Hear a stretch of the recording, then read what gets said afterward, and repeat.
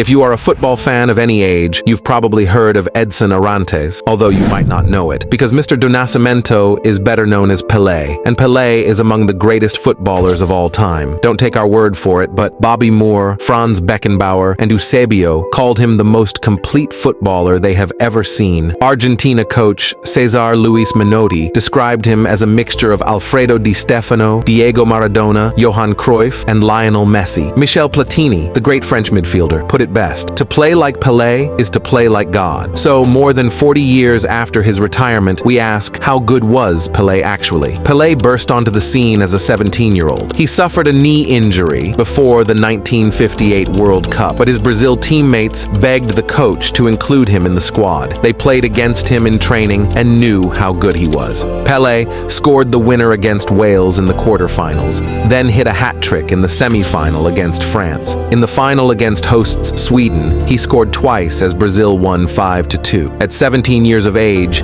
he was the youngest of all champions and a bona fide global superstar. He also won the World Cup in 1962, although he missed most of that tournament through injury. Years later, in 1970, he won the competition for a third time. At Santos, he won 10 São Paulo state championships and 2 Copa Libertadores, the South American equivalent of the Champions League. He also won 2 Intercontinental Cups, and the best individual performance of his career came against Benfica in the 1962 edition. The tie was a build-up battle between Eusebio and Pele for the title of world's best player. He scored 2 goals across 2 matches as Santos won 2-4. "I arrived hoping to stop a great man," Benfica's goalkeeper said afterward, "but I went away convinced that I had been undone by someone who was not born on the same planet as the rest of us." Pele was so popular that Santos quit the Libertadores and embarked on a world tour playing lucrative friendlies across the globe. They were the football equivalent of Harlem Globetrotters. Everyone was desperate to see Pele in the flesh, even if it wasn't easy. In 1967, both sides in the Nigerian Civil War agreed to a 48-hour ceasefire so rival troops could watch him play. Pele was an all-round genius. He was a natural athlete, speedy and superb in the air. He was a prolific dribbler and passer and could finish with both feet. By the time he retired, Pele had scored 1,281 goals, an all-time record, and 97% came from Brazil, more than Ronaldo, Neymar, Romario, Zico, and any other great who donned the yellow shirt. He could do everything. He could play as a number 10, a forward. According to many, he was the best in the world in all 3 positions. Brazil boss João Saldanha said, "Ask me who's the best right back in Brazil, and I will say Pele." He then remarked, "Ask me about the best left back midfield man or the best center forward. Always, I must say Pele. If he wants to be the best goalkeeper, he will be. There is only one Pele." Back then, the Ballon d'Or was only open to players in Europe. Raymond Kopa, Eusebio, Bobby Charlton, George Best, and Gerd Müller were among the winners from 1958 to 1970. But everyone, including his rivals, knew that Pele was the real number 1. "I sometimes feel like football was invented for this magical player," Bobby Charlton once said. "But what if we compare Pele to the legends of today? By that, we have 2 in mind.